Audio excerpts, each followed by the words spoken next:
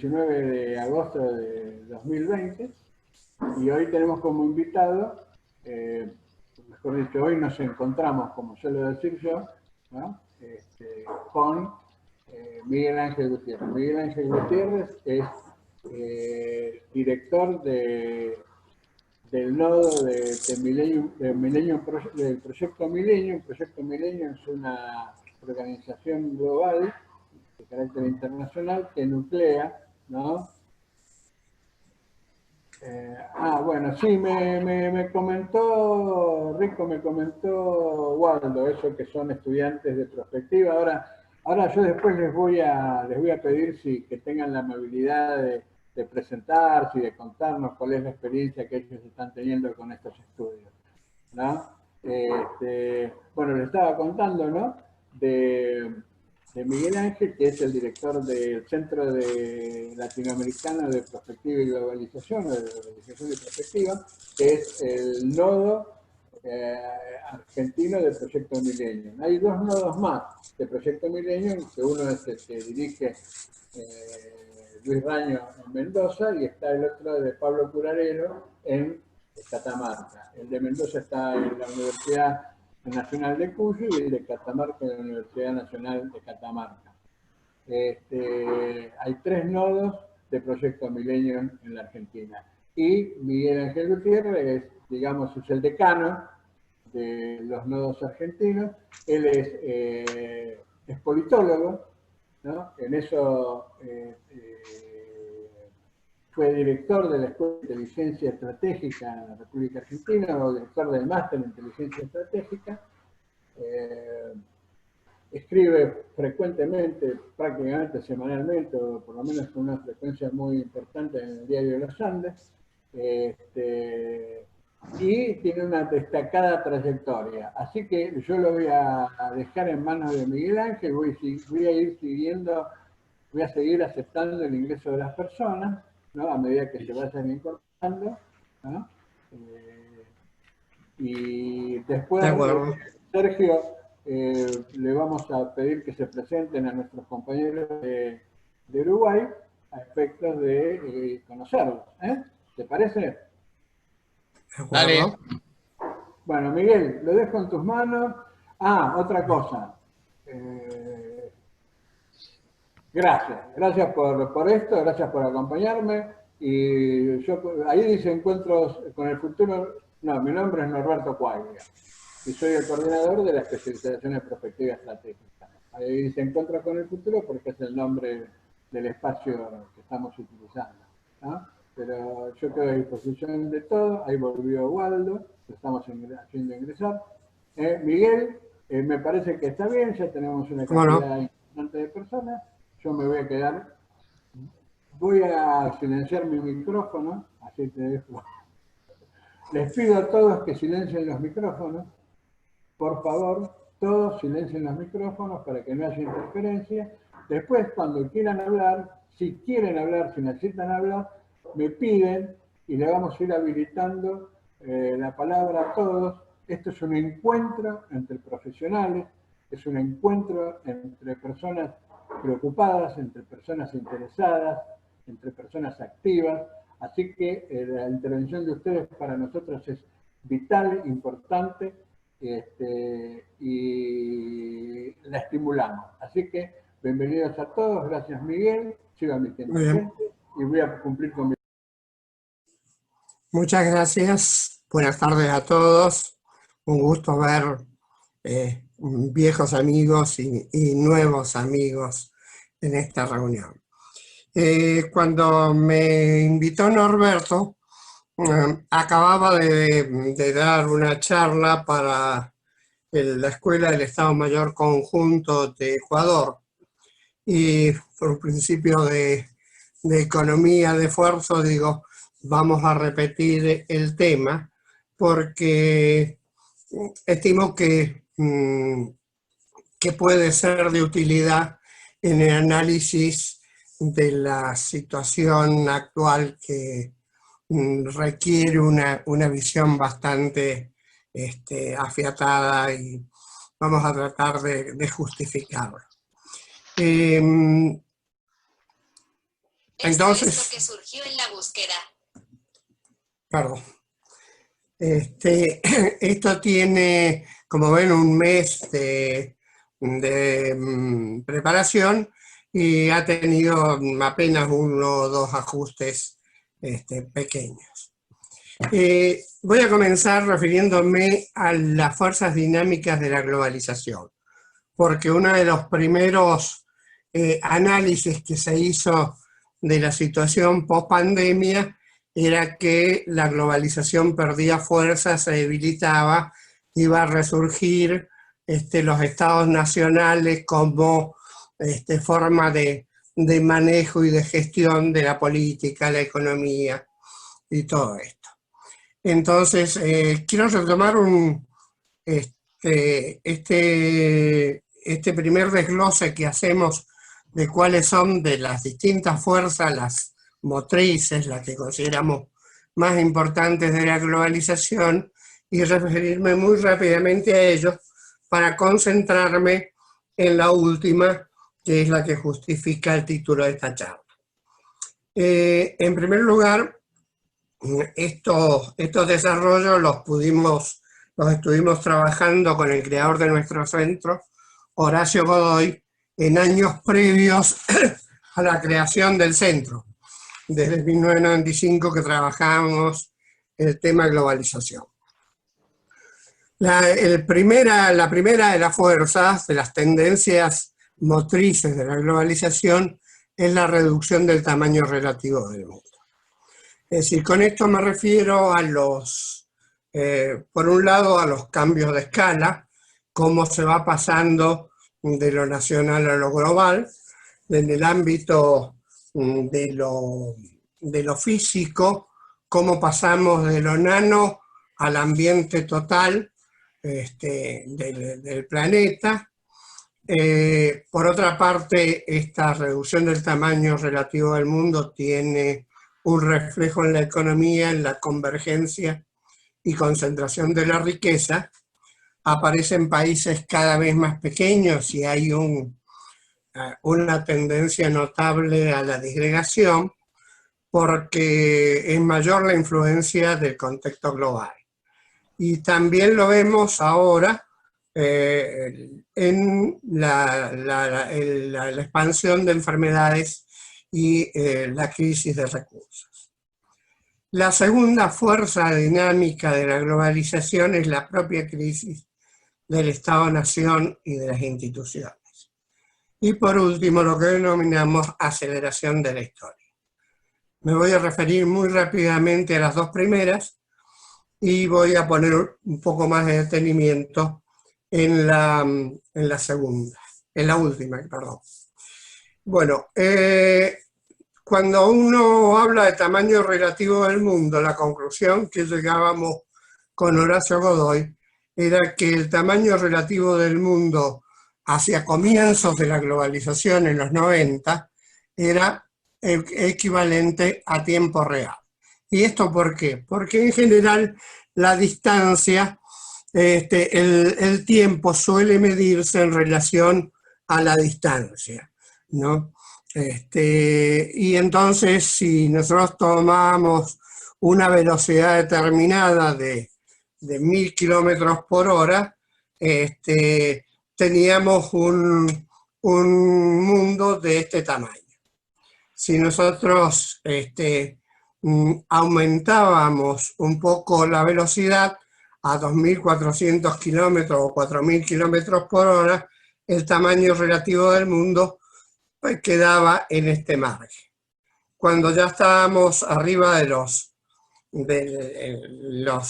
cohetes intercontinentales en 8000, 12000 kilómetros por hora, era así. Y con las nuevas tecnologías y el internet, estamos prácticamente a más de 300.000 kilómetros por segundo, y es apenas un pequeño punto azul en el espacio. Entonces, si consideramos que el tamaño relativo es igual a la distancia dividida por la velocidad, cuando la velocidad de la comunicación es prácticamente cero como lo es en este momento, el tamaño relativo del mundo es igual a tiempo real. El segundo elemento, la crisis del Estado-Nación, surgió de una tesis que expuso Horacio Godoy en El convento de la Rábida en 1975, donde decía: el Estado Nacional atraviesa un periodo de intensa agonía que lo lleva inevitablemente hacia su desaparición. Y se complementaba esta tesis con tres afirmaciones. El proceso de agonía de los estados nacionales variará en cada caso en función de la combinación de factores internos y externos que condicionan la vida de cada uno de los estados nacionales. La segunda afirmación era que la institución histórica, político, social, cultural, que es el Estado Nacional, va hacia su muerte institucional, pero no se visualiza cuál va a ser en el horizonte histórico, cuál va a ser la institución que lo pueda reemplazar. Es decir, no hay un gobierno mundial a la vista. El futuro de la humanidad, la tercera de las afirmaciones, no está ligado necesariamente al destino del Estado Nacional. Es decir, esto nos tiene que hacer reflexionar de que el Estado Nacional no es una creación permanente, que tiene apenas unos pocos siglos de vida y la humanidad tiene varios miles de millones de años y mucho tiempo el Estado Nacional no existió.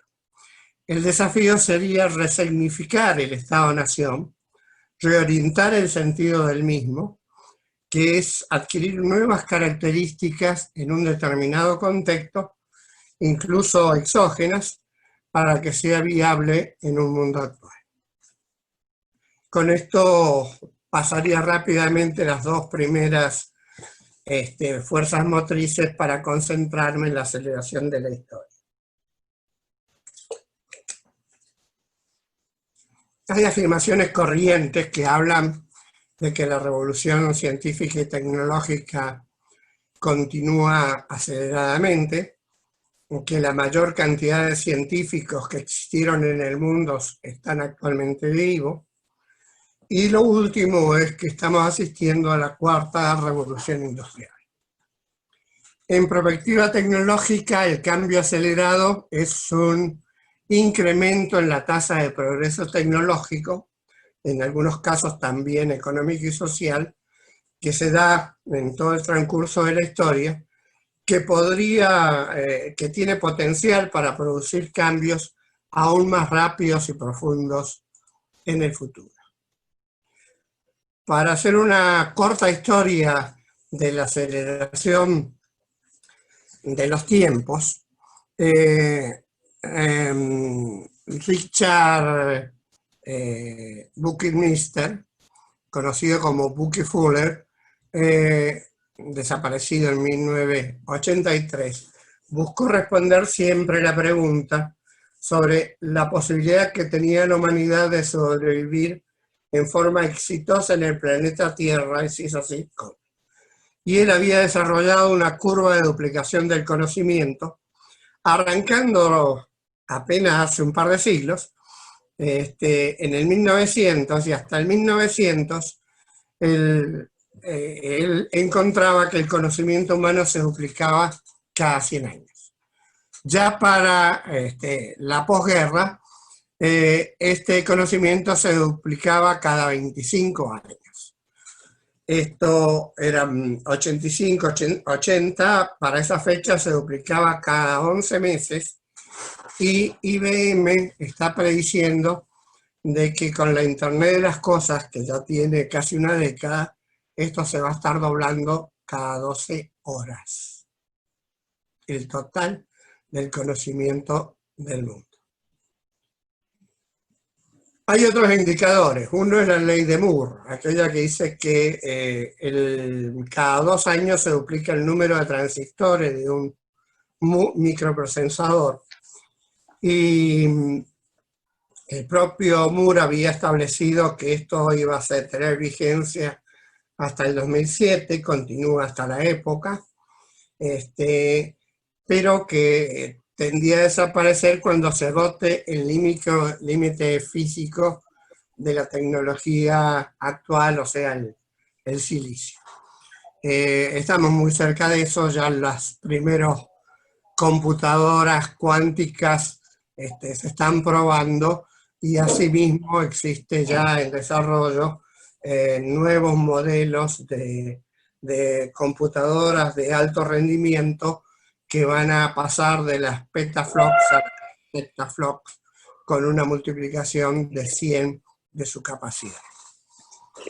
Otra curiosa ley había sido presentada con anterioridad en el 58 por Henry Adams. Esta ley Adams había sido muy controvertida en sus orígenes, pero cuando uno ve los datos que ponía, todos estos datos son arbitrarios, obviamente, pero para tomar simplemente algunos, él establecía el ciclo de descubrimiento-aplicación y la diferencia de tiempo que esto llevaba, o sea, para generalización, entendiendo aplicación por generalización del descubrimiento.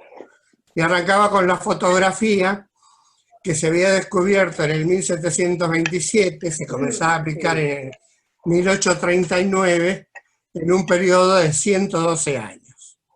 La máquina de vapor se descubrió, la que ocasiona la primera revolución industrial en 1769, que aplica en 1854 con 85 años. Y así el teléfono necesitó 56 años para que fuera generalizado, la radio 35, el radar 15, el transitor 5 y el viaje a la luna solo 8. De manera que, a pesar de las críticas de su momento, no estaba tan desacertado este amigo.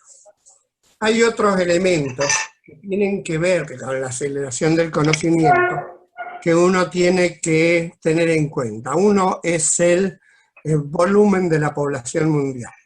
El crecimiento de la población mundial estima que su máximo va a ser alcanzado hacia el 2064, significa que a mayor cantidad de población hay mayor cantidad de investigadores científicos. A mayor cantidad de investigadores científicos, desde luego, mayor cantidad de invenciones. No todas las invenciones terminan en desarrollo, en realidad es muy poco el margen. Hasta el momento de un 100% de descubrimientos científicos de medicina, apenas el 5% termina en desarrollos. Y también aumenta, cuando aumentan la capacidad de desarrolladores, la cantidad de consumidores, y más tecnología, mayor longevidad y a su vez mayor población. Bueno, este ciclo vamos a ver que se ha acelerado notablemente en los últimos tiempos. Y el otro elemento que me parece interesante plantear es la propuesta de Ray Kurzweil al comienzo de este año, de este milenio, cuando hablaba de la singularidad que estaba cerca. Ya en 1965, Good previó una revolución de las inteligencias.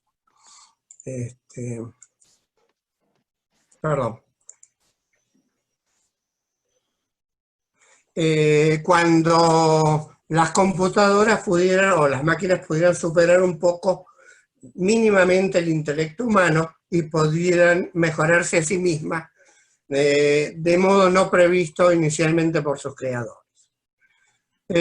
A fines de los 70, Alvin Toffler, en el Shock del Futuro, Daniel Bell, John Davis, desarrollaron teorías sobre las sociedades postindustriales.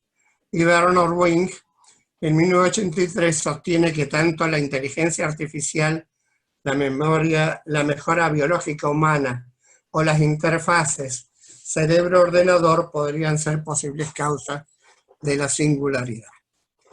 Las épocas de evolución que señala Rice-Kurzweil empiezan apenas en el periodo previo a las guerras mundiales. La primera época es la de la física y de la química.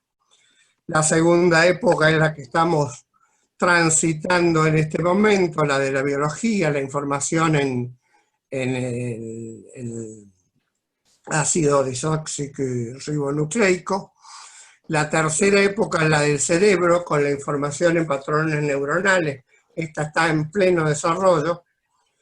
La cuarta época es de la tecnología, donde la información en hardware y software vaya evolucionando al diseño. Eso también se encuentra en desarrollo.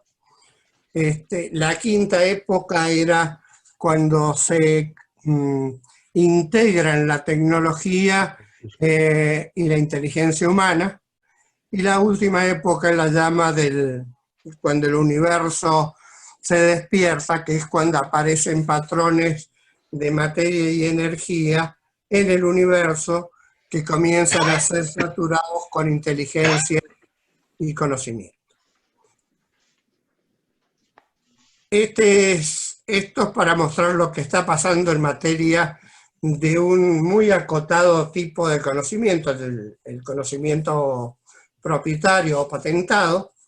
Esta es la curva de patentes de los Estados Unidos desde 1870 al año 2000. Como ven, el crecimiento es bastante pronunciado, pero en la actualidad, ya el año pasado China superó a los Estados Unidos como principal país que accedía a solicitar patentes a la Organización Mundial de Propiedad Intelectual. Y fue primera en comunicación digital, segunda en computadora, primera en ingeniería eléctrica, aparatos y energía, y comienza a cambiar estos tiempos. Por último, para ir terminando con esto, el ciclo de vida de los productos a consecuencia de las incorporaciones tecnológicas se acelera también notablemente. Todos los productos tienen un periodo de introducción, un periodo de desarrollo o crecimiento, madurez o de máxima explotación, y uno de declinación cuando el mercado se ha saturado. Ese es el ciclo de vida del producto. El ciclo de vida del producto. Cuando a fines del año pasado, para dar una idea, en lo que eran las tecnologías computacionales, este ciclo era 868, que eran 8 meses para introducir el producto, 6 para explotarlo, y 8 para irlo sacando del mercado. Entonces voy a terminar estas reflexiones sobre la aceleración de la historia con algunas aseveraciones de Arthur C. Clarke, el autor de 2001 Odisea del Espacio, que decía: cuando un científico eminente pero anciano afirma que algo es posible, es casi seguro que tiene razón. Cuando afirma que algo es imposible, muy probablemente está equivocado. La segunda afirmación era: la única manera de descubrir los límites de lo posible es aventurarse un poco más allá hacia lo imposible. Y por último, decía: cualquier tecnología lo suficientemente avanzada es totalmente indistinguible de la magia. Esto lo vamos a pasar en la escala Kardashev de uso de las energías, para reflexionar sobre esto.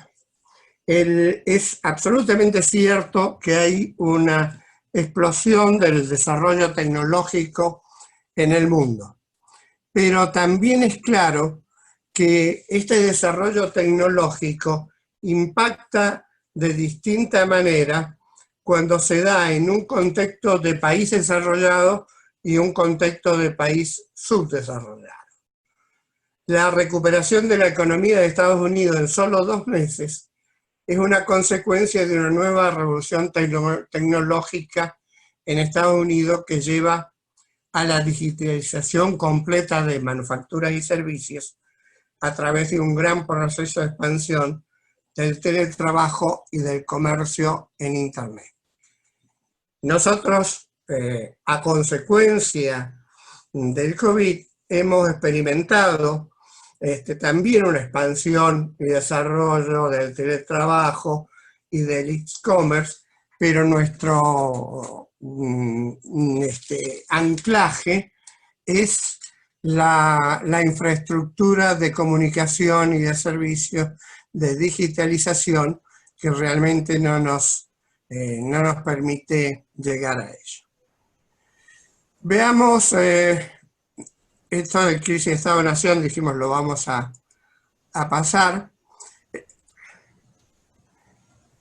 Quiero referirme a algunos de nuestras previsiones con respecto al futuro. En el año 2015, para la revista del 40 aniversario de Intal, me pidieron un artículo sobre el futuro de las economías y para ello analicé 5 centros de investigación o expertos a nivel mundial que hacían diversas apreciaciones sobre el futuro en un ciclo que iba hasta el 2030-2040. Todos estos acontecimientos que estamos acá, no los voy a leer en este momento, va a quedar la presentación para que ustedes la puedan revisar, parecían previsibles en las próximas 2 o 3 décadas. Estamos hablando de 2015 al 2035, 2040.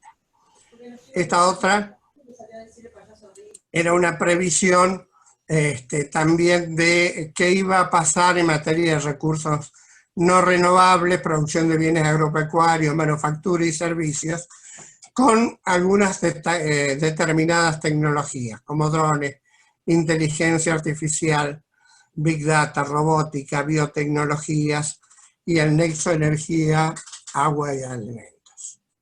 Debo decir que estas previsiones que hacíamos en el 2015 para aproximadamente el 2040 se han adelantado, pero vertiginosamente, y que la tenemos hoy a las puertas.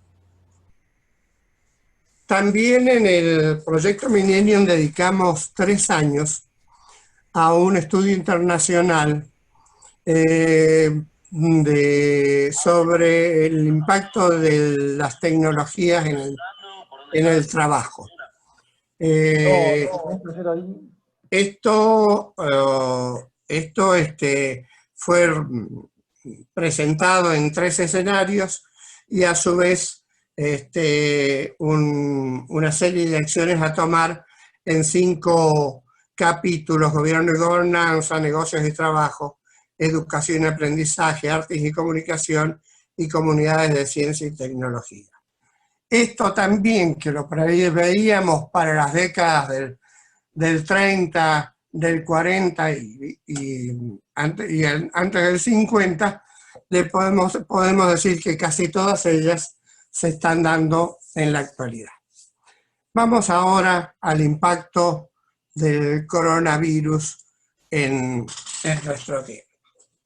Las epidemias son agentes de destrucción que dejan en claro cuáles son las vulnerabilidades críticas y las desigualdades que surgen en las sociedades, al tiempo que potencian la innovación por razón de necesidad. Pueden actuar como vías rápidas al futuro, que nos obligan a reevaluar el statu quo, a romper con los modelos arraigados de pensamiento y sobre todo revisar nuestro sistema de creencias y la estructura de pensamiento. La crisis del COVID no es una excepción. Y ahora es el momento de decidir a dónde y hacia vamos y desde dónde. La urgencia de la pandemia requirió una aceleración de respuestas de todo el arco científico mundial. Y lo realmente importante y relevante es la aceleración del tiempo por la velocidad que adquirió la ciencia para producir hallazgos que pudieran resolver este problema de la humanidad. Yo ponía, ya hace 2 meses prácticamente, como ejemplo la gran carrera por la vacuna. Decía que es un gran ejemplo al respecto porque procesos de investigación que usualmente demandaban entre 5 a 10 años para el ciclo de producción de una vacuna, se transformaron en procesos de apenas 5 meses. Es decir, una reducción de 10 a 1. Por supuesto que el COVID, aparte de las muertes, de los problemas de salud, de la infraestructura médica, el impacto que tuvo sobre la economía, sobre la política, sobre el empleo, las relaciones sociales, ha sido calamitoso. Simplemente algunos datos tomados al azar de los diarios de ayer y hoy nos dicen que en Argentina la industria, el 62% opera con caídas superiores al 25% de su capacidad habitual. El déficit apunta a ser un récord, en nuestro caso, aproximadamente un 10% del Producto Bruto Interno. El desempleo ya subió en la capital 14.7 y esto en todo el país va a ser aún mayor. La industria está trabajando casi a la capacidad de a la mitad de su capacidad. En el mundo, más del 80% de los empresarios creen que se acelerará su transformación digital y esto va a devenir en una necesidad estratégica. A su vez, se proyecta que el comercio mundial en el 2020 disminuirá en un 20% y que la complejidad de la tecnología heredada en el panorama de los actuales sistemas de gestión de datos es obsoleta y va a ser uno de los obstáculos más importantes para poder realizar esta transformación digital. Algunos de los titulares, todos los días vemos estos titulares, ¿no? Cómo el coronavirus acelera el auge de la economía sin efectivo, cómo los robots pueden reemplazar la actividad humana y con qué rendimiento, o el impacto que va a haber en la educación. La gente se ha visto obligada de repente a pasar de una educación tradicional, fosilizada, a una educación a distancia. No evaluemos los resultados todavía porque son bastante pobres, pero de hecho, de esto es muy difícil que se vuelva atrás para volver al sistema de clases tradicionales. La recolección de información ya no es un problema para las nuevas generaciones. Incluso existe para ellos la posibilidad de comunicarse con los autores de los artículos o los expositores. Y esto vale para todos los niveles. El desafío para los profesores es poder brindar un valor agregado al conocimiento, dar pautas de análisis y métodos de pensamiento y razonamiento que sirvan para guiar y ofrecer un plus a los datos que los alumnos se encuentren en un momento y que es el desafío de la tecnología. Un paisano en mi Mendoza solía decir que temprano que se nos está haciendo tarde. Y esto vale para los elementos de la estrategia. Decíamos, el teatro de operaciones salta de lo local a lo regional, a lo nacional, a lo regional y a lo global. El enemigo que se presenta ya es múltiple y diverso. Hay cambios de escala de lo micro, macro, estelar. Los tiempos son lentos, veloces, acelerados, y multiescalares. La comparación que yo suelo hacer es que el que tiene que tomar decisiones ya no puede hacerlo como el que juega una partida de ajedrez frente a un solo adversario, sino el que tiene que jugar partidas simultáneas con 20 o 30 tableros en simultáneos, y en la cual su tiempo de respuesta se le agota en función de la cantidad de problemas que tiene que resolver porque serían multiplicados. Bueno, hasta acá quería justificar la idea de la aceleración de la historia. Ahora quiero contarles una experiencia concreta de anticipación que desarrollamos un conjunto de instituciones colaborando en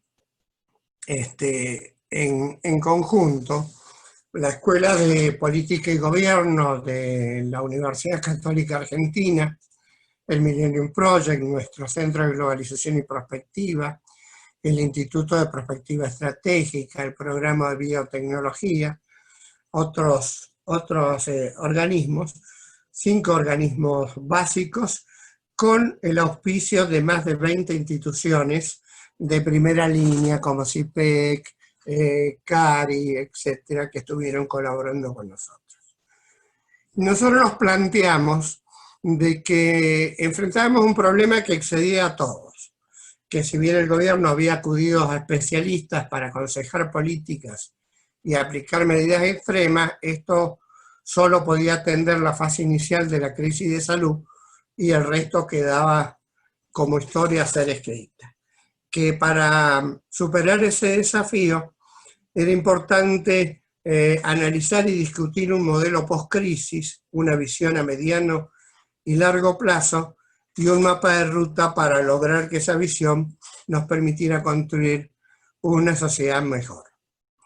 Pudimos convocar a personalidades relevantes de prácticamente todas las esferas de la actividad nacional, por sobre las divisiones ideológicas o partidarias, aprovechando la oportunidad de este tiempo muerto para iniciar un diálogo fraterno que pudiera iluminar cuáles objetivos debíamos perseguir. Tuvimos un proceso de 9 reuniones de más de 2 horas de duración cada una de ellas, una reunión semanal donde contamos con excelentes aportes y participaciones de diferentes personalidades. Solo para nombrar algunas, estuvo el secretario de Asuntos Estratégicos del gobierno, Gustavo Vélez, estuvo el ex ministro de Interior, Rogelio Frigerio, estuvo Facundo Manes, estuvo en el sector empresario Hugo Sigman, estuvo el autor del concepto de vaca viva, Fernando Vilela. Es decir, podría seguir nombrando aportes de primera línea que se hicieron en esto, pero lo realmente interesante es cómo pudieron todos estos participantes resumir sus aportes en 5 o 10 minutos y permitir un diálogo y una conversación entre todos. El resultado es un informe de conclusiones que también lo puedo poner a disposición de ustedes y al que me voy a referir en un resumen muy sintético en los diversos campos de lo que se vino trabajando.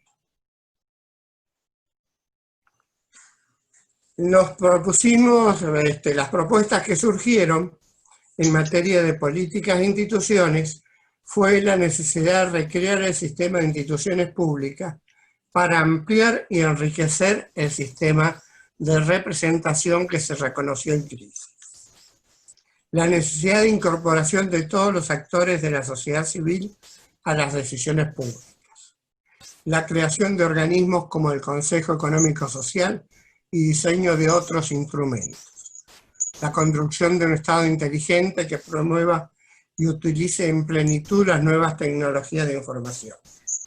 profesionalizar la función pública y pensar nuevos modelos de gestión. Creación en todos los niveles jurisdiccionales, nacional, provincial y municipal, de organismos de control verdaderamente independientes. Poner la Oficina de Anticorrupción fuera de la órbita del Poder Ejecutivo. Conformación de una red nacional de pensamiento estratégico, integrando a las universidades, las asociaciones científicas y los centros de investigación. Optimizar mecanismos de cooperación horizontales entre organismos y verticales entre las distintas jurisdicciones y fortalecer la capacidad de gestión de los niveles locales. En materia económico-social, las propuestas más relevantes fueron las siguientes.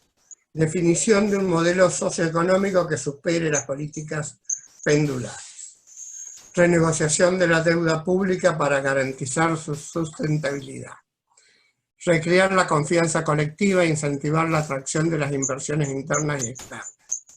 Sistemáticos esfuerzos de concertación entre todos los actores económicos y sociales. Reingeniería del sistema impositivo.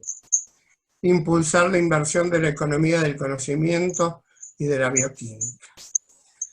Identificar los sectores con capacidad de exportación que no requieran importaciones sustantivas, los de alta creación de empleo y los de alta tecnología.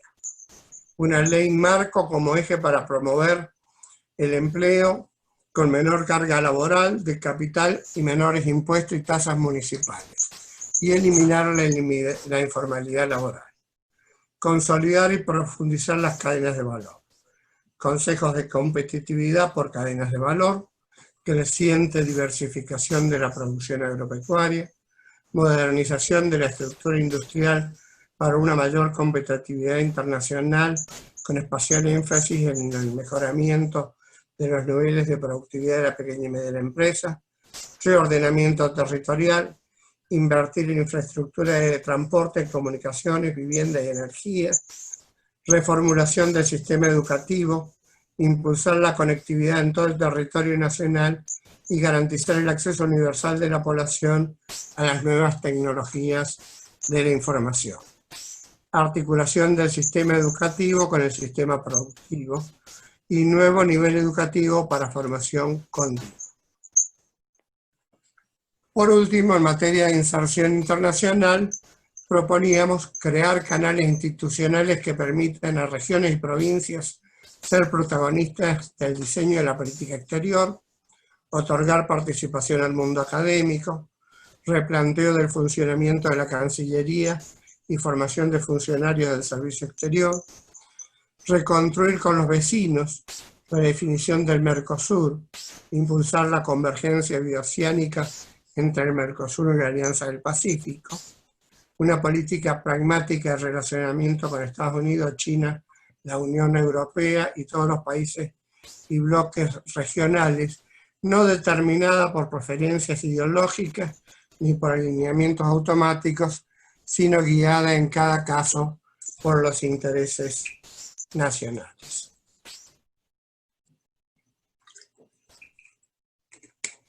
Este es un resumen muy apretado, no quería excederme demasiado del tiempo que me había acordado la organización, pero bueno, me pasé algunos minutos, así que recordando a Gandhi, quedo a su disposición.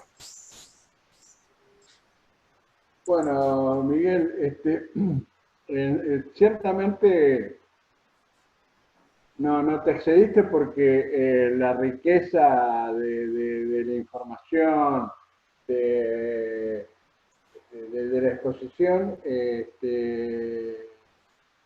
realmente merecen más tiempo, ¿no? Pero lo que sí, seguimos en sintonía, digamos, esto sigue en sintonía con todo lo que se viene exponiendo, obviamente. Acá mi cargador, si quiere guardar todo el documento y después para algo guardar, dice acá, no guardar por la duda. Algo aparece acá en la pantalla. Bueno, yo formalmente, muchas gracias Miguel, brillante, perfecto, voy a obviamente hacer uso de la información. Abro creo que ya tendrías que cerrar los archivos tuyos, y abro a las preguntas. Por favor, les pido que me vayan pidiendo la palabra, de alguna manera. Acá tenemos el chat, para que primero vamos a responder las preguntas, las dudas, lo que pueda surgir, y después vamos a invitar a nuestros colegas uruguayos que se presenten también, que Sergio, por favor, tenga la amabilidad de presentarlos. Ellos están estudiando allá en Uruguay el tema de prospectiva, así que son muy bienvenidos. Muy bien. En realidad, mira, te cuento, me pareció bárbaro esto de la velocidad, porque acá hay alumnos que han participado ayer en una charla sobre liderazgo, y uno de los temas que tocamos fue el tema de la aceleración, ¿no? Así que, bueno, ¿alguna pregunta? Abran los micrófonos de a uno, por favor, les pido. Sergio, te doy la palabra. A ver, primero quiero agradecer a Miguel que la excelente conferencia, siempre él aportando con su perfil y con casos prácticos y en forma muy, muy científica. A Miguel lo conocí hace más de 10 años, él fue el primer prospectivista que conocí en mi corta carrera de prospectiva, y lo cual lo aprecio mucho, ya que le dio un gran valor a mi conocimiento y dejó algunas huellas acá por el Uruguay. No pudimos hacer en aquel momento el nodo Uruguay, pero después sé que otras personas, Lidia fue una de las impulsoras del nodo Punta del Este, y fue muy bueno haberlo conocido a Miguel, y sé de toda su excelencia. Bueno, te cuento que acá nosotros empezamos justo ayer el curso de prospectiva en Uruguay, en el CALEN. Justo de este tema hablamos del proyecto Millennium, y tuviste referencia a Miguel en la clase. Y bueno, hay algunos alumnos que están acá participando. Está el coronel Amica Peláez, está Redondo, después está de la Escuela de la Secretaría de Inteligencia. Ahora no lo encuentro. Bardecio, Julio Bardecio, y Waldo Cortese. Así, no sé si querés que, a ver, Peláez, que estaba primero por ahí en las cámaras, sí, se presenta, Amica Peláez. Se presenten. Miguel, cerrá porque estamos ingresando a tus archivos personales, por lo que veo yo acá. No, estoy tratando de hacerlo, pero... Bueno, está bien. A ver, una pregunta. A ver, Montaner. ¿Creen que las plataformas de inteligencia colectiva como lo es MP, serán vitales para afrontar como individuo, sociedad y mundo la etapa que viene? A ver, explícate, Montaner, háblalo, no hay problema. Millennium Project. Está bien. ¿Qué tal? ¿Cómo va? ¿Me escuchan ahí? ¿Cómo andas, Norberto? Sí. ¿Qué tal? Hola, Miguel. Muchas gracias por la Joaquín, para que sepan todos, Joaquín es egresado de la especialización en prospectiva estratégica, y esta semana lo hemos incorporado como colaborador de Sergio Rico en su asignatura. Así que bueno, podemos decir que no está formalizado, está hecha la propuesta, pero se ha incorporado como docente dentro de la especialización. Va a ser de vital importancia la colaboración y vital importancia el aporte que él nos puede hacer, y más sosteniendo y la actividad que viene llevando Rico dentro de la especialización. Bueno, a ver, ¿qué querías preguntar? Bueno, gracias por esa presentación, un placer, y creo que compartir ahí con Sergio, que aprovecho también lo digo, que fue mi tutor de tesis, de trabajo final. He aprendido mucho de él y creo que nada, poder ahí acompañarlo va a ser todo un honor. Eso por un lado. Y segundo, la pregunta que tengo específica para Miguel o para todos, para que lo pensemos y lo debatamos juntos, es el Millennium Project, que se define a sí mismo como una plataforma de inteligencia colectiva que a partir de diferentes nodos producen conocimiento para anticiparnos a los cambios y generar inteligencia como tal. Mi pregunta es si creen que este tipo de plataformas, como entre otras es Millennium Project, van a ser vitales como individuos, como sociedad y como mundo para afrontar la etapa que viene ahora post pandemia. Me cierro el micrófono para que se escuche bien. Gracias, Joaquín. Sí, definitivamente. De algún modo, la última parte a la que me referí, que fue la experiencia del día después, lo que hizo fue una cosa muy precaria de inteligencia colectiva o distribuida. Es decir, sin los mecanismos que tenemos o que disponemos en Millennium, como es el software para procesamiento inteligente de información, más la red de expertos a nivel internacional que trabajan para poder sumarlo, pero básicamente se trata de sumatorias del pensamiento distribuido, y este pensamiento, esta inteligencia distribuida, cuando se integra, genera nuevas oportunidades, desafíos o riesgos que hay que resolver. De manera que con mayor o menor soporte tecnológico, pero sin lugar creo que este es el mecanismo de resolución de todos estos grandes problemas complejos que tenemos por delante, ¿no? Confío plenamente en que se va a avanzar mucho en el desarrollo de inteligencia colectiva.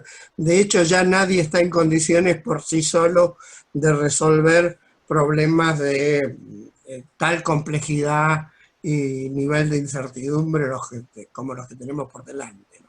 Perfecto, muchas gracias. Muchas gracias. Sí, aparte, creo que esta experiencia la que estamos viviendo va a provocar... hay una cosa que, bueno, es una experiencia personal o una opinión personal, y creo que en un principio parecería ser que la perspectiva venía a ser una especie de instrumento o de herramienta que fuera soporte de la competencia, de la competitividad. Y hoy realmente está demostrado que las herramientas que provee la perspectiva son herramientas que vienen a asistir a la cooperación y a la colaboración. Creo, es mi opinión. Así me parece a mí que está demostrado, o por lo menos es lo que está demostrado en este ciclo, en este ámbito. Nosotros venimos a aportar colaboración y cooperación.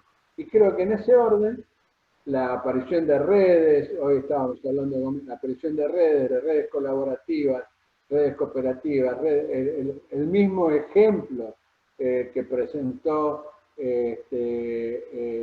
Miguel sobre el proyecto para que el día después seamos mejores, que es una red que viene a presentar en forma participativa y plural unas propuestas en concreto, me parece que es una respuesta a que esas plataformas de colaboración en redes, colaboración a través de este tipo de plataformas, va a ser de utilidad y que la vamos a utilizar con frecuencia, me parece. Así que creo que hay que construir más, nada más. Bueno, a ver, alguien más. Bueno, vamos a que se deje, que se presente Peláez, por favor, porque si no, ¿no?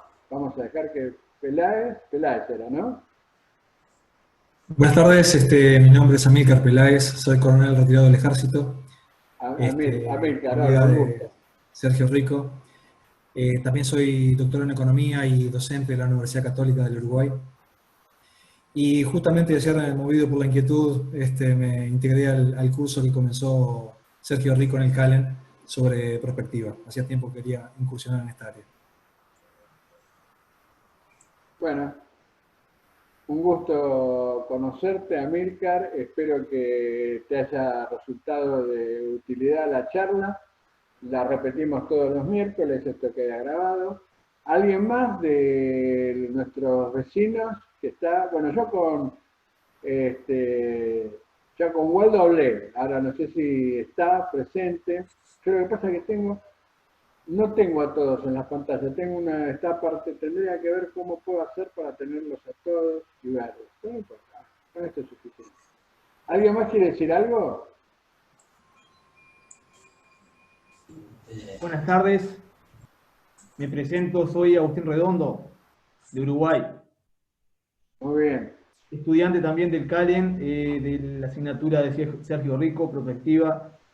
Ayer justo mencionó esta charla y bueno, aproveché para ingresar y interiorizarme aún más. Estoy estudiando el último año de licenciatura en Relaciones Internacionales, así que este es mi último año, mis últimos meses de la carrera, y con un gran incentivo hacia todo este tema de las perspectivas, seguridad nacional, seguridad internacional, todo eso.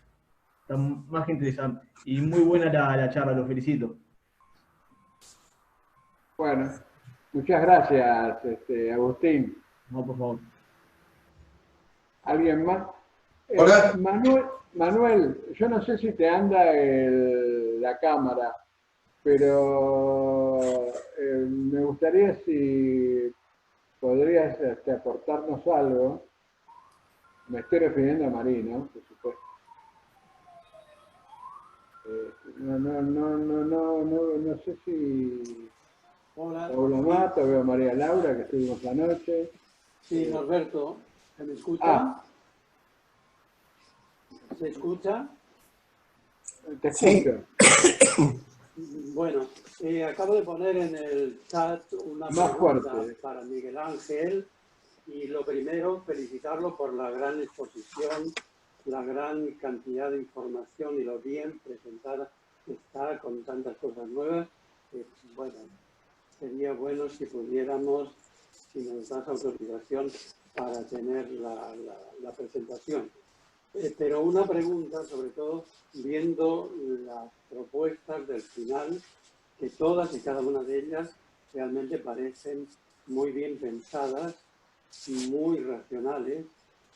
No sé si decir, habría que repasarlo, y a lo mejor alguna de ellas son incompatibles, no creo, pero bueno.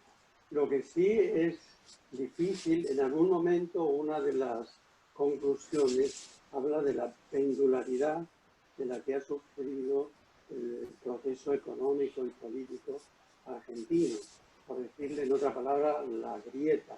No sé si ustedes han pensado en discutir o hacer alguna propuesta de por dónde empezar dentro de tantas propuestas, que algunas son de corto plazo y otras de más largo plazo, por dónde empezar para lograr un acuerdo, por lo menos entre una gran mayoría de la población, para comenzar una senda de economía, de crecimiento económico y de acuerdos políticos en el sentido de las propuestas que están poniendo. O sea, ¿por dónde empezar para lograr, digamos, ese acuerdo, digamos, nacional, que nos lleve a idear que todo deseamos?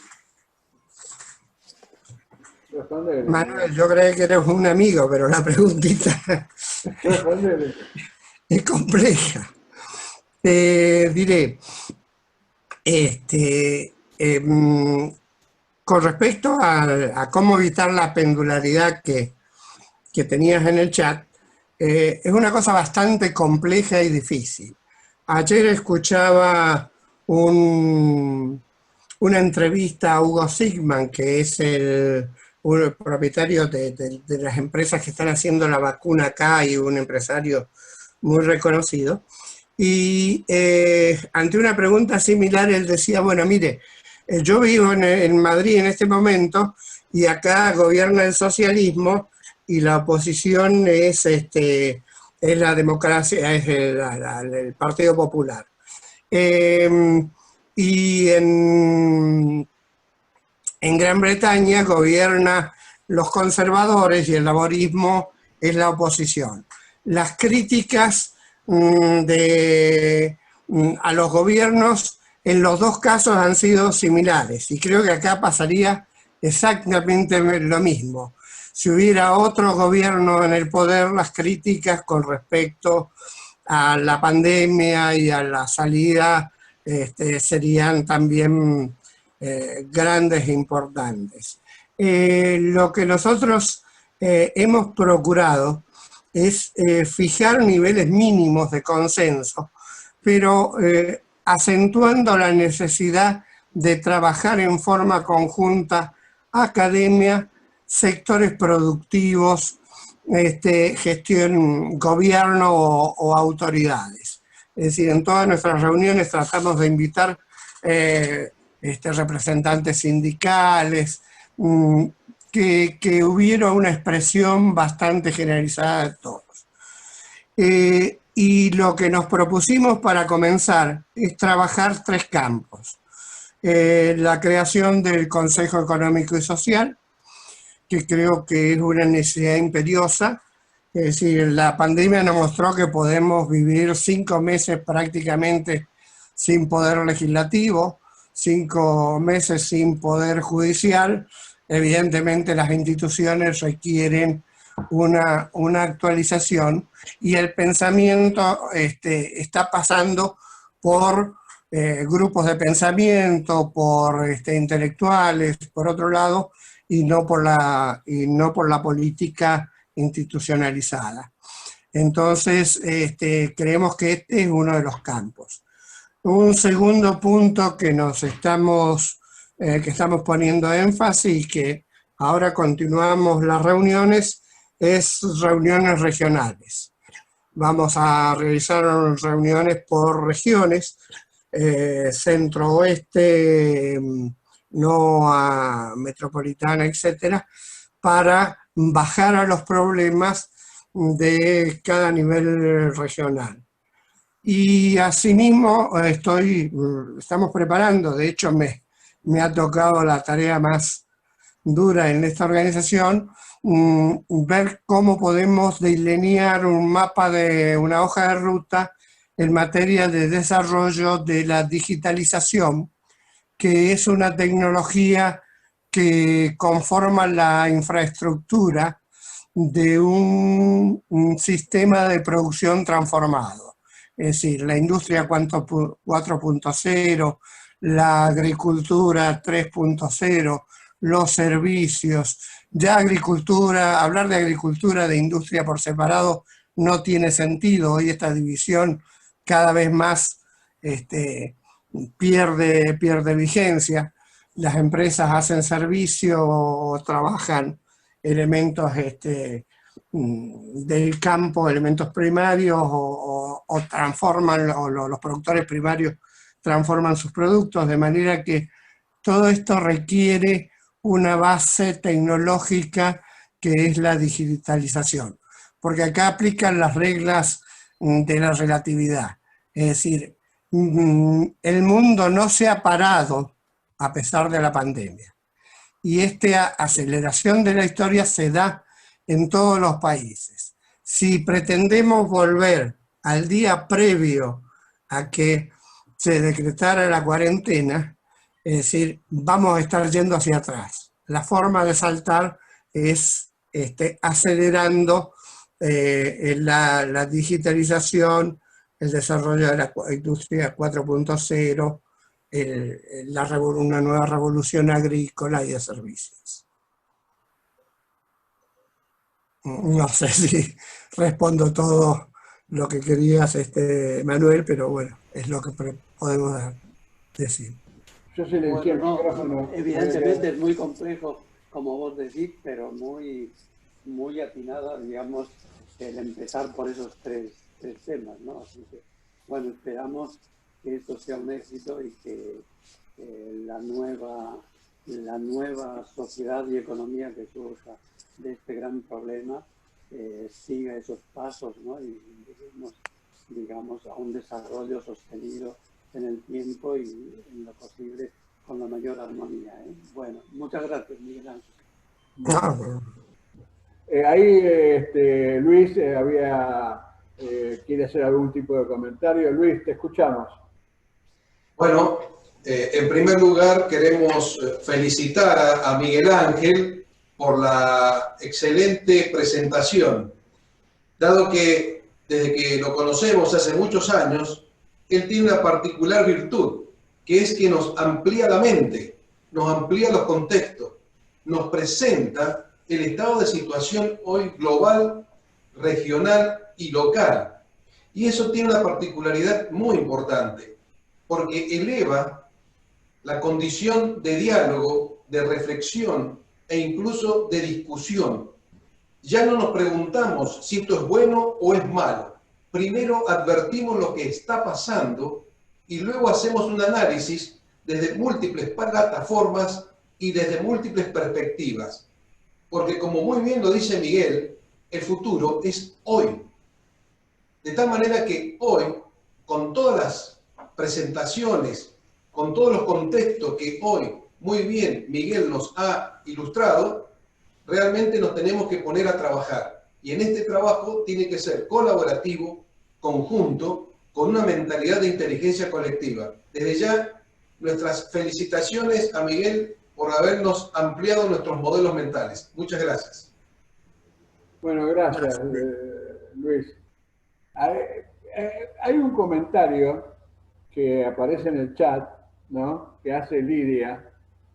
Ustedes la conocieron hace 2 semanas, Lidia Garrido, ¿no?, que nos tiene prometida la paella allá en Punta del Este. Pero me parece que si yo tengo que leer todo eso, ¿por qué no lo decís vos directamente, Lidia, y haces el comentario? Bueno, ok. Te escuchamos. Hola, ¿qué tal? ¿Qué tal? Bueno, muy buenas tardes a todas y a todos. Felicitaciones, Miguel, como siempre. Uno siempre tiene la oportunidad, el privilegio de aprender contigo. Muchas gracias, Norberto, por la invitación y por esta serie de convocatorias que realmente aportan muchísimo.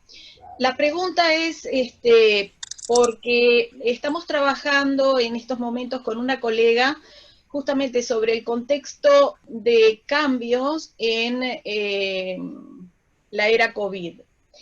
Y de esta investigación estamos trabajando con 90 centros educativos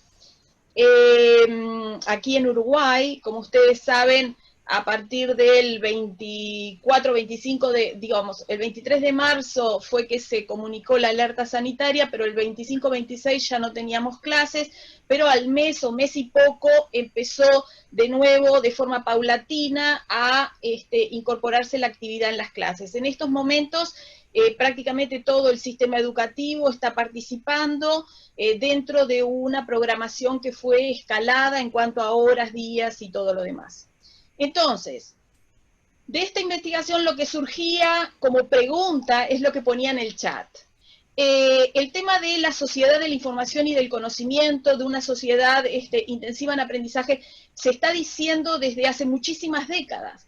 Futuristas como Toffler, como Daniel Bell, como Alan Kay, por la década del 60, porque si bien pensemos que el shock de futuro de Toffler lo publicó en el 70, es todo materiales, evaluación hecha durante la década del 60, ya estaba hablando de las computadoras, una por niño, y de un aprendizaje, de una educación deslocalizada, desplazada, que es lo que el distanciamiento físico pidió, ¿no?, al sistema educativo, esa deslocalización, ese desplazamiento de la actividad de enseñanza y de aprendizaje, mediada por la tecnología.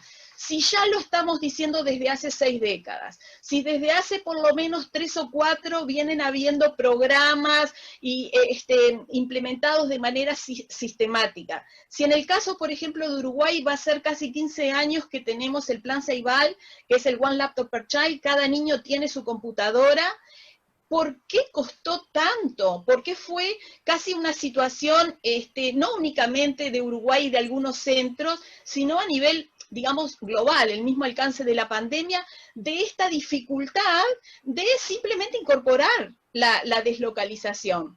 Nosotros estamos trabajando en un concepto que más que ir a eso macro, estamos yendo a lo micro. y estamos hablando de la microfísica del cambio. ¿Cuáles son las dificultades que tenemos las personas y por lo tanto las instituciones, los colectivos, las sociedades, para acompañar el cambio en los términos del cambio? Y más aún, para generar las condiciones que queremos del cambio, y que no nos pase esto, que no es exclusivo o únicamente vinculado al COVID-19. La realidad es así, es permanente creación de novedad, es sorpresa, y bueno, creo que la reflexión tiene que ir al nivel de las dificultades que tenemos justamente para acompañar el cambio y para, de una manera evolutiva, ¿verdad? También ser creativos y generar las condiciones que queremos. Eso. Sí, comparto lo que señala Lidia. Creo que en nuestro caso es aún más trágico, porque es decir, ellos ya han avanzado muchísimo con el plan Ceibal, y las aplicaciones. Hemos tenido, gracias a la generosidad de Lidia, la posibilidad de trabajar con algunos colegios de Uruguay en condiciones que acá no las hemos podido encontrar. Creo que este es el problema más serio que tenemos que afrontar.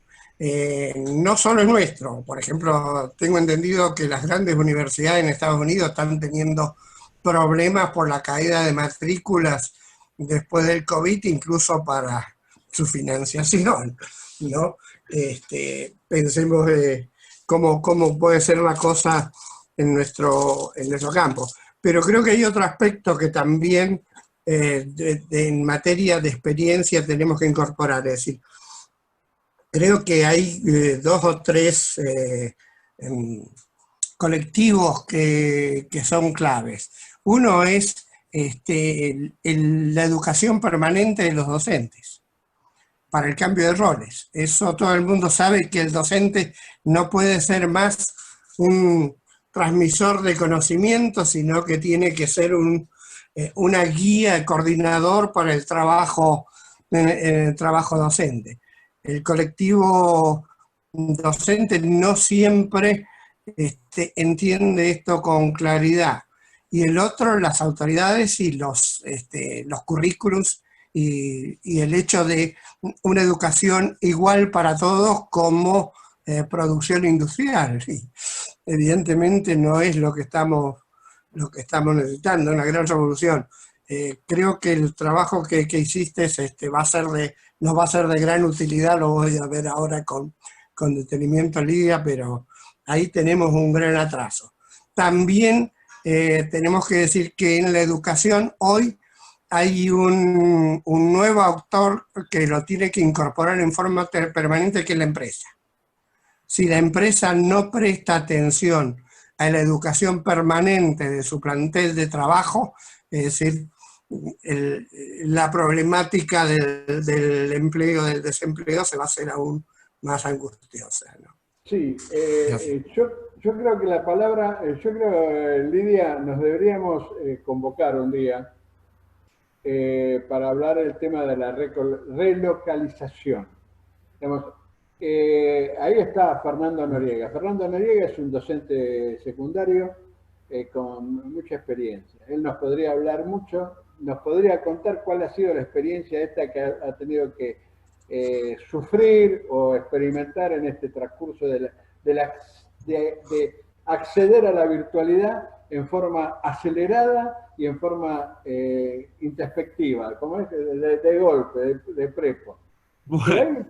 ¿No es cierto? La ha sufrido, ¿no? La virtualidad. ¿Me presentaste como docente universitario, puede ser?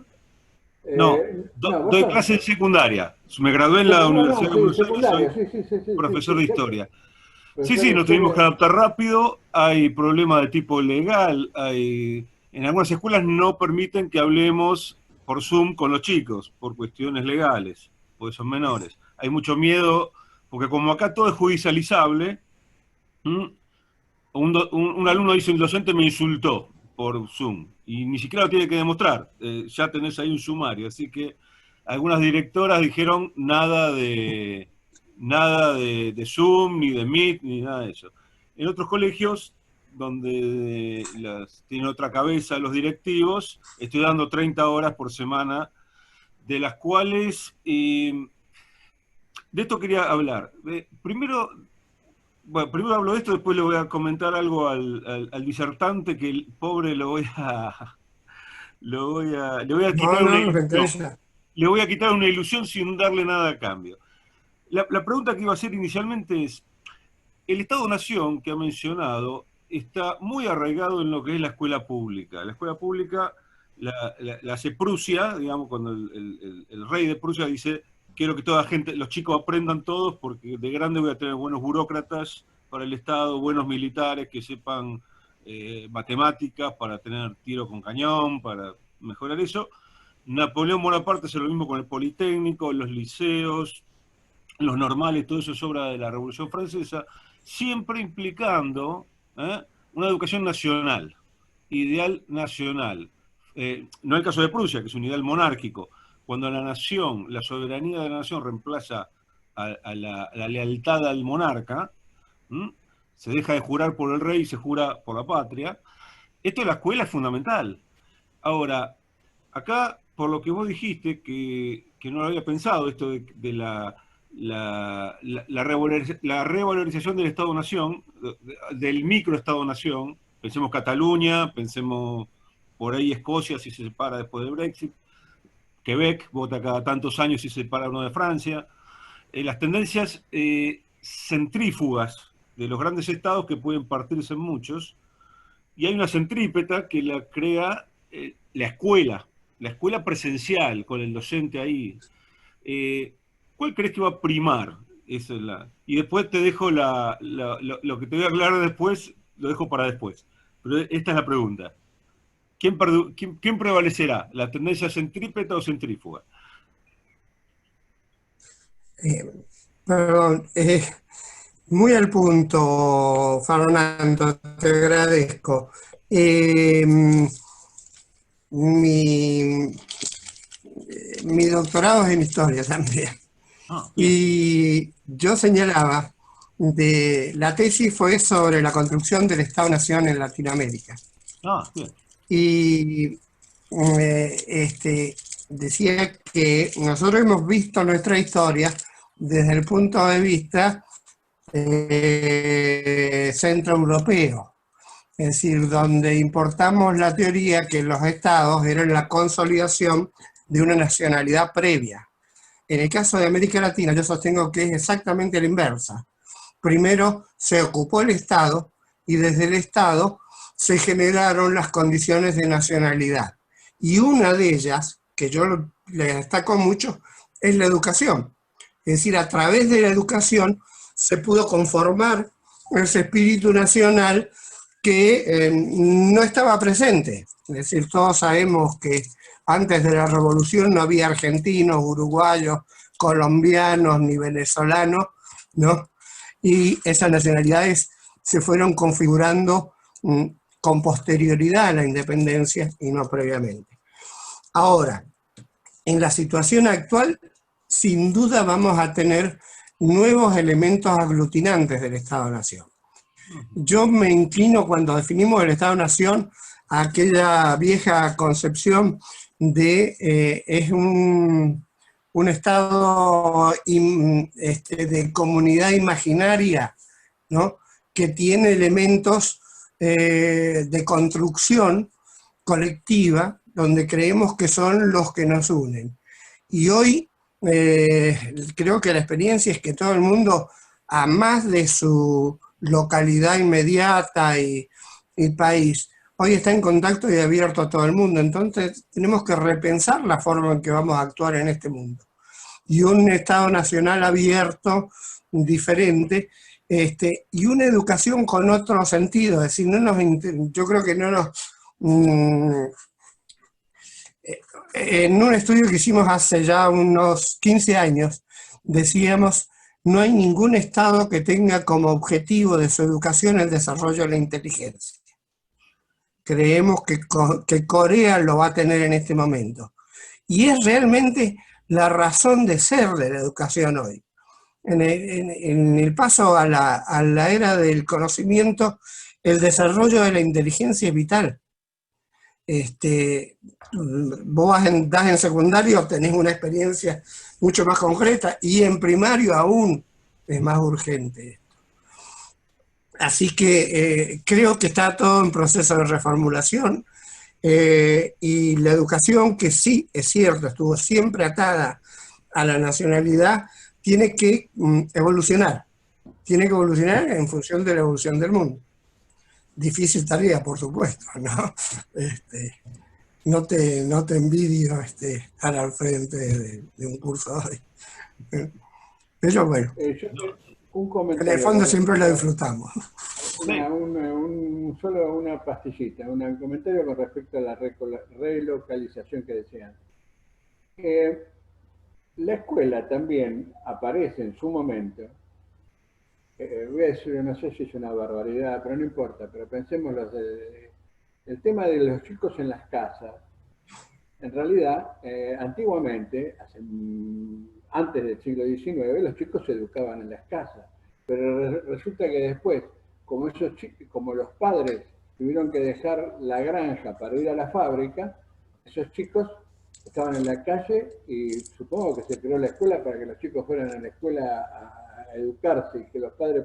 Ahora, los padres trabajando en la casa, los chicos estudiando en la casa, va a modificar la estructura del hogar, va a modificar la estructura de las relaciones.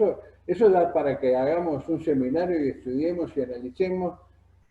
Yo como docente, que doy virtual desde hace 5 años,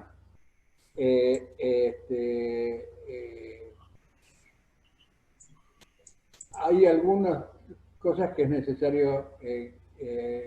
Yo uso un estilo que es el aula invertida. Virtual me lo dificulta mucho. Me dificulta mucho el trabajo del alumno. Este programa Zoom es bueno, pero nosotros estamos usando un programa que está pensado exclusivamente para que un profesor le hable a una pantalla, y que detrás de esa pantalla hay 20 alumnos, 30, 40 alumnos, pero que no los vemos, que no le vemos las caras, no sabemos los gestos. Cuando decimos algo no sabemos si lo que le estamos diciendo bien, no vemos cómo les cae, y eso es forma parte de la educación. La educación significa cuando uno forma al otro, cuando uno forma a otra persona, tiene que ir viendo, percibiendo y evaluando permanentemente los resultados de su trabajo. Esta máquina no lo permite, tenemos que evaluar de otra manera. Bueno, es una opinión mía, por eso no es el tema de hoy. Lo dejaremos para otra vez. Vamos a invitar a Lidia, que está avanzando en este tema, y me parece bárbaro pensar cuál va a ser la educación, cuál debería ser o cuál va a ser la educación del futuro. Vamos a invitar a los sindicatos para que vengan a su aporte, ¿no? Lo vamos a invitar, ¿no? No, el sindicato está integrado por gente que dio un año de clase y nunca más dio clase. ¿Cómo? Los sindicatos docentes están integrados básicamente por gente que dio clase un año o dos y después se dedicó a hacer sindicalismo. En general. Pero con más razón hay que invitarlos. Hay 17 sindicatos en la ciudad de Buenos Aires. En general, algunos... Bueno, pero aclará que vos sos... Segundo punto, perdón. Y con esto, no sé si quieren hablar todos antes, una ronda, y después vuelvo a pedir la palabra. No, vamos a terminar. Bueno, a ver. Aquí perdón. Y lo vinculo... Pará. Primero. Dale. No. Primero, libero a todos aquellos... claro, Manuel se tiene que retirar, tiene cosas que atender. Lidia dijo que iba unos minutos. Miguel, queremos liberar. Yo voy a liberar a todos los que se tengan que hacer cosas, por favor, porque si no superamos todas las expectativas. Conrado supongo que está pidiendo la palabra, está levantando la mano ahí. Ahora estamos quedando cada vez menos, pero bueno, Manuel se tiene que ir. Raúl siempre tiene algo que decir, le vamos a poner, es muy largo para leerlo. Raúl, ahora te doy la palabra y lo decís. pero quiero liberar a todos. María Laura, gracias por estar acá. Anoche estuvimos compartiendo una charla, espero que te haya resultado gratificante o que te haya servido, ¿no? Miguel, muchas gracias por tu participación. Amílcar, un soldado ahí firme hasta el final, me parece bárbaro, gracias. Carlos Geli, la suerte de habernos podido conectar después de tanto tiempo. Gabriela Puebla, veo que estás ahí, también la veo por algún momento a Susana Cooper, pero ya nos estamos quedando. Bueno, gracias. Hugo, bueno, Conrado, ¿qué querés decir? Yo pedí hace rato, levanté la mano virtual ahí en el grupo. No importa, está bien. Bueno, primero felicitarte a vos, Norberto, por el ciclo, que me parece muy bueno. La presentación de Miguel ha sido excelente. Me encantaría hablar con Miguel un montón de cosas, tipo charla de café, pero obviamente este no es ni el momento ni el lugar. Entonces me voy a concretar en una pregunta que es, dentro de todo este contexto, hay un punto muy interesante que es el paso 6, cuando describió los avances de la humanidad, el paso 6 es el despertar de la humanidad hacia el universo. Pero claro, en el medio de todo esto hay una transición muy fuerte, y me parece que hay un punto que no es menor, que es el mundo del trabajo. Por más esfuerzos que se hagan, yo sé que todo el mundo está pensando en trabajo decente, la generación de trabajo y demás, pero el hecho concreto es que hoy la OIT te dice que cada 7 trabajos que se pierde, 5 son irrecuperables. Por lo tanto, solamente 2 personas pueden reciclarse y poder reintegrarse al mundo del trabajo, como lo conocemos hoy. Entonces, si Miguel no cree que a corto plazo, porque todo el mundo habla de 2045, yo estoy muy convencido de que va a ser muchísimo antes, alrededor de 2030. Todas las experiencias están diciendo que todas las previsiones que uno tenía se quedan largas, no cortas. Creo que Miguel en ese sentido coincide.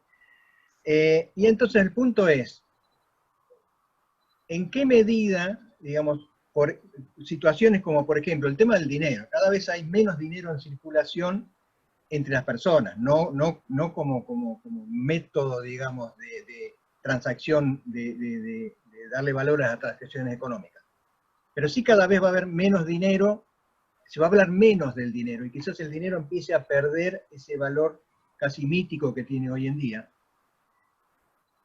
Y en la medida en que las máquinas empiecen a hacer el trabajo, sobre todo el aburrido que hacemos las personas, va a haber tiempo para lo que todo el mundo reclama, tiempo para mayor dedicación a la educación, al cultivo de la inteligencia, de lo artístico, de lo profundo en el ser humano. Pues yo creo que hacia donde va en esa etapa 6 que habla Miguel, es la expresión más clara de lo profundo que es el ser humano, que a veces no tiene tiempo de expresarse, agobiado, digamos, por el correr detrás del pan de cada día. Entonces, mi pregunta a Miguel es cómo ve la transición, más que nada, porque yo creo que hay una cuestión que todo el mundo mencionó solapadamente, pero que es, no hay democracia en esto de la tecnología. Cuando en Uruguay se quejaban de que les tardó no sé cuánto tiempo en implementarse un sistema, es porque hay gente que está interesada en que eso no suceda. Entonces, la pregunta concreta, Miguel, es la transición. ¿Cómo la ve? Digamos, ¿dónde cree que habría que hacer mayor énfasis para que eso se dé y no la paguen como siempre los que menos tienen?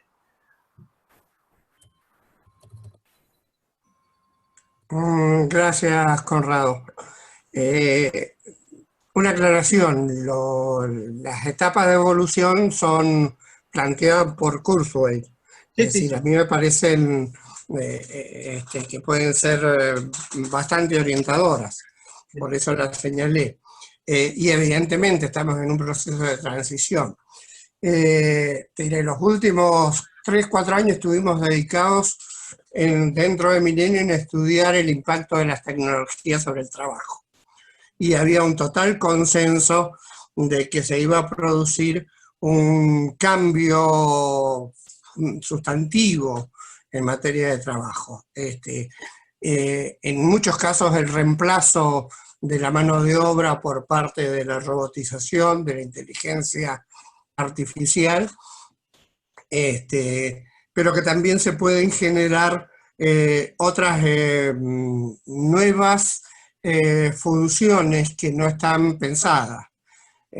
Creo que sobre el final mencioné que las empresas, para poder sobrevivir en este contexto tan volátil, van a necesitar tener un jefe de enseñanza en la empresa, que pueda ir actualizando el talento del que dispone, porque eso es lo que lo puede salvar en el futuro. Entonces, va a ser una tarea que tiene una diversidad de ámbitos de aplicación que es difícil sintetizarla en esta charla. Te puedo decir que después de 3 años de estudio, nosotros realizamos 3 consultas Delphi y terminamos con una propuesta de 150 medidas o acciones que podrían tomarse para evitar el desempleo como consecuencia de las tecnologías. Pero que eso te lo puedo poner a disposición para que lo puedas tener. Pero creo que el otro aspecto que señalaste, que es de vital importancia, es el tema de la innovación propietaria. Es decir, la innovación, que es imperiosa, la hacen las empresas simplemente para incrementar utilidades. Es decir, no es para resolver funciones sociales o mejorarlas en general. Sí, esa es la función, pero en general está eso. Ahora, en ese proceso de transición hay un movimiento hacia las fuentes abiertas que creo que es de gran importancia y que incluso en esta pandemia se ha visualizado bastante. Gran cantidad de gente puso a disposición todos sus conocimientos sin ninguna patente y sin ningún derecho de autor. Y creo que hay un movimiento hacia eso, desde Elon Musk con los motores eléctricos para los automotrices, hasta los que hacen aplicaciones de impresión 3D que, para respiradores artificiales o para otros que los ponen abiertos. Creo que hay un campo bastante importante. Te digo, es imposible sintetizar en minutos una pregunta de tal amplitud, pero bueno, lo hemos venido haciendo por 3 años, te puedo ofrecer las conclusiones a que llegamos. Va a ser a través de Roberto, que te agradecería mucho. Gracias.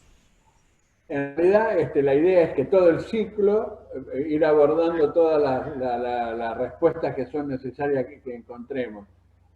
Vamos a dar por terminado. Fernando, en cualquier momento nos volvemos a encontrar, hacemos un encuentro especial.